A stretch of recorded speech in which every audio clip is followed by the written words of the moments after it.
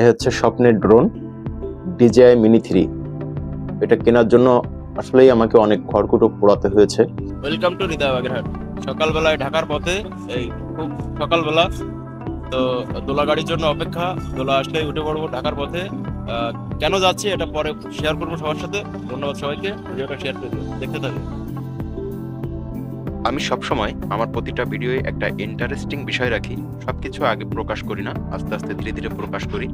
তো খুব সকালে উঠে ঢাকায় যাচ্ছিলাম এবং ওই সময় একটা রিলস ভিডিও করেছিলাম। চলে গেলাম বায়তুল মোকাররম মার্কেটে। তো একটা ড্রোন নিয়ে নিলাম।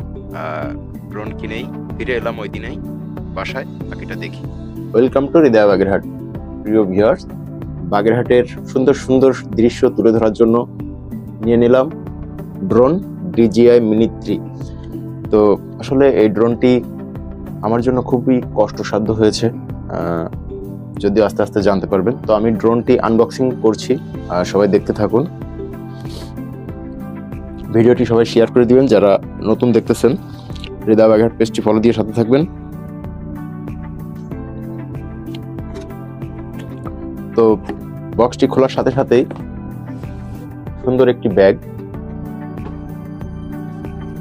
খুবই দারুণ ব্যাগটি।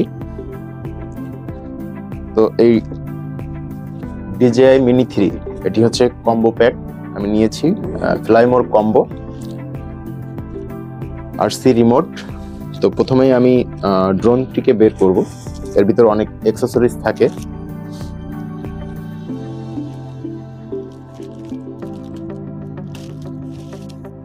এ হচ্ছে স্বপ্নের ড্রোন DJI Mini 3।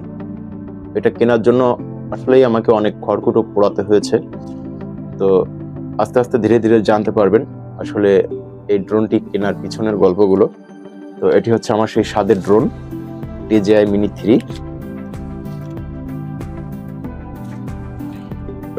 এর সাথে আছে RC রিমোট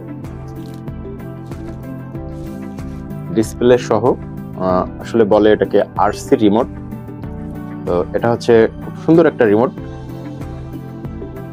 আর কি কি আছে আমি দেখাই, সবাই দেখতে থাকুন।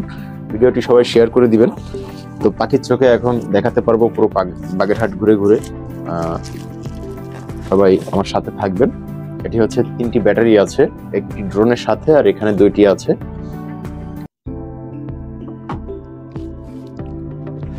এবং এখানে আর আছে কিছু অ্যাক্সেসরিজ, যেমন পাখা, ড্রোনের এক্সট্রা কিছু পাখা, স্ক্রু ড্রাইভার, 2টি কেবল এবং গাইড বুক ইত্যাদি ইত্যাদি।